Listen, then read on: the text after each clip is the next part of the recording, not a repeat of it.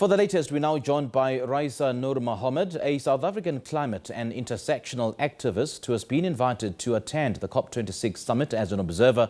Raeesah, a very good evening to you. Thank you so much for joining us and a warm welcome to the Globe. Hello, thank you so much for having me. It's an absolute pleasure, Raeesah. First of all, can you give us a sense of the opening deliberations and the mood on the ground? So today was the first day of the summit, and it was more admin, and I think lots of people are still arriving today, so it wasn't too busy. Got my badge. We had to register, we had to get our badges, we got passes for the transport, and we had to collect COVID tests, and we had to do COVID tests. So today, there weren't any big discussions and panels yet, but it was sort of the admin, and it was very full. It's looking like a massive conference, and the security here is massive, and the roads are closed. So you can see that they're preparing for the next few days or the next 2 weeks to be massive. And between today and the 12th of November, I understand there will be intense discussions taking place at the United Nations Climate Change Conference. So what are you hoping will come out of these do or die talks?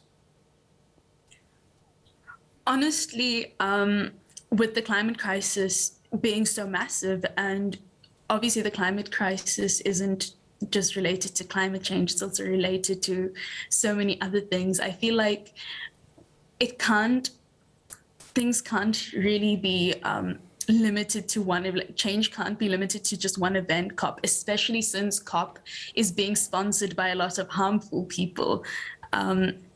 Like Google, and like they're partnering up with a lot of harmful people, and there's lots of people like harmful companies, like fossil fuel companies that are present at these discussions. And who isn't present are people like from South Africa, from the global south.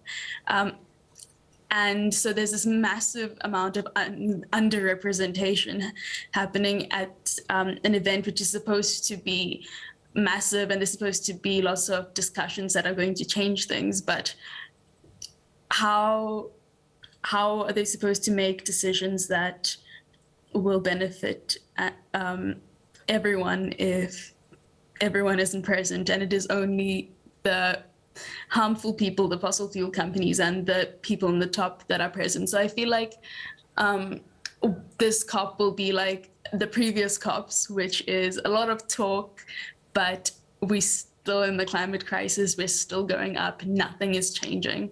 So I think this COP will be good for mobilizing and raising awareness, but none of us feel like there's going to be real change coming out of this. Raeesah, when you speak of harmful people and harmful companies, what do you mean by that? And does it even fly in the face of what the COP26 summit is all about? So COP26 is supposed to be a discussion surrounding climate change and discussing ways to reduce the harmful impact of the climate crisis.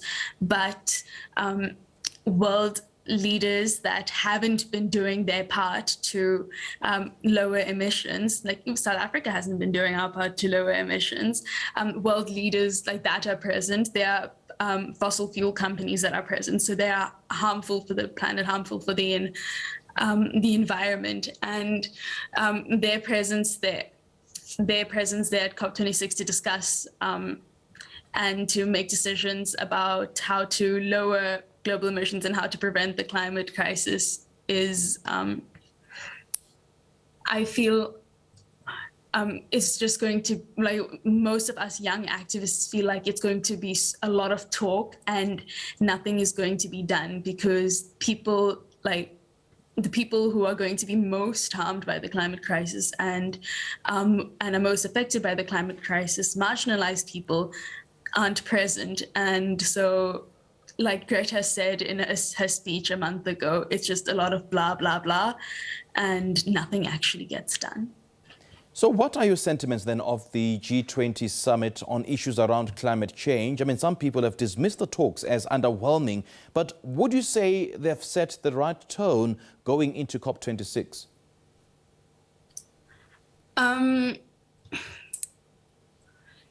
it's difficult to say because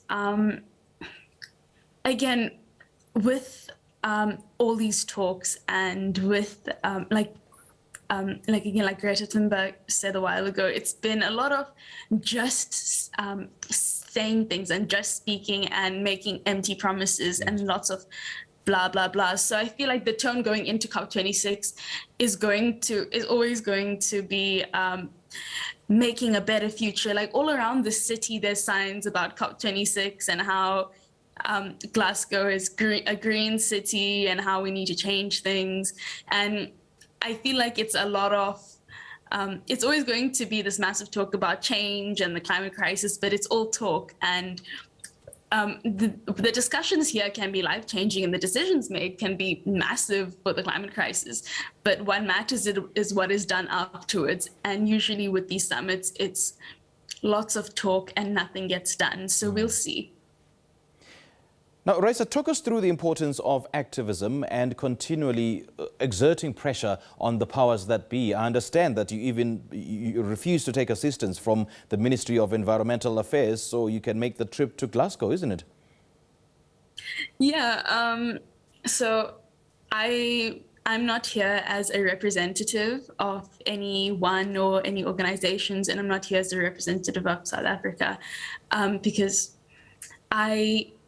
the Ministry of the Department of Environmental Affairs, they haven't been doing their part. They've been allowing companies like Sasol to get away with their terrible emissions. And activism, it's been used for, like, activism is a thing that's been going on for years, for centuries, as a way to oppose a system that is oppressive and a system that is harmful to the people.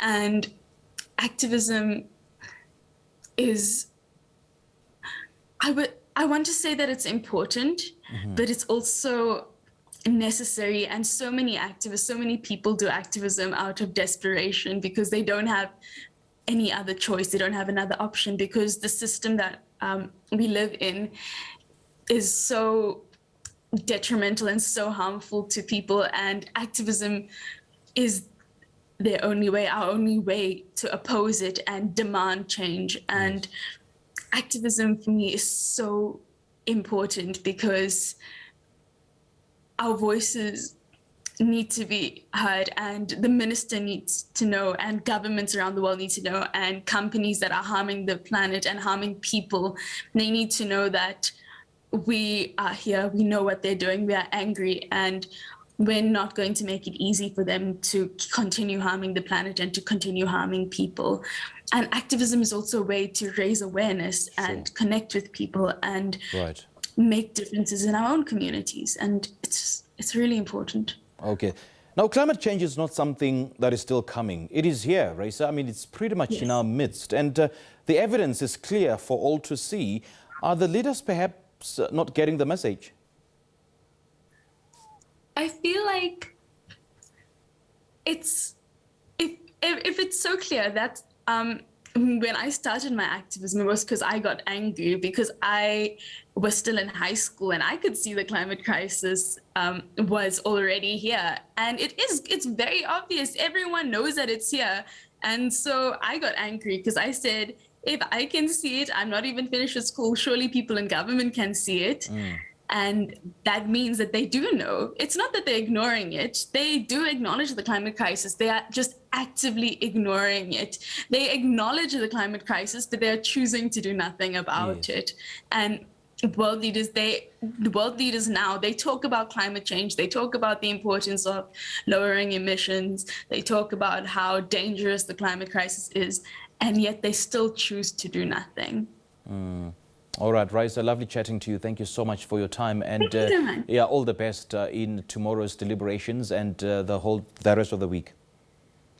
Thank you so much. Thank you for having me. All right, indeed. That was Raeesah Noor-Mahomed, a South African climate and intersectional activist who's been invited to attend the COP26 summit as an observer.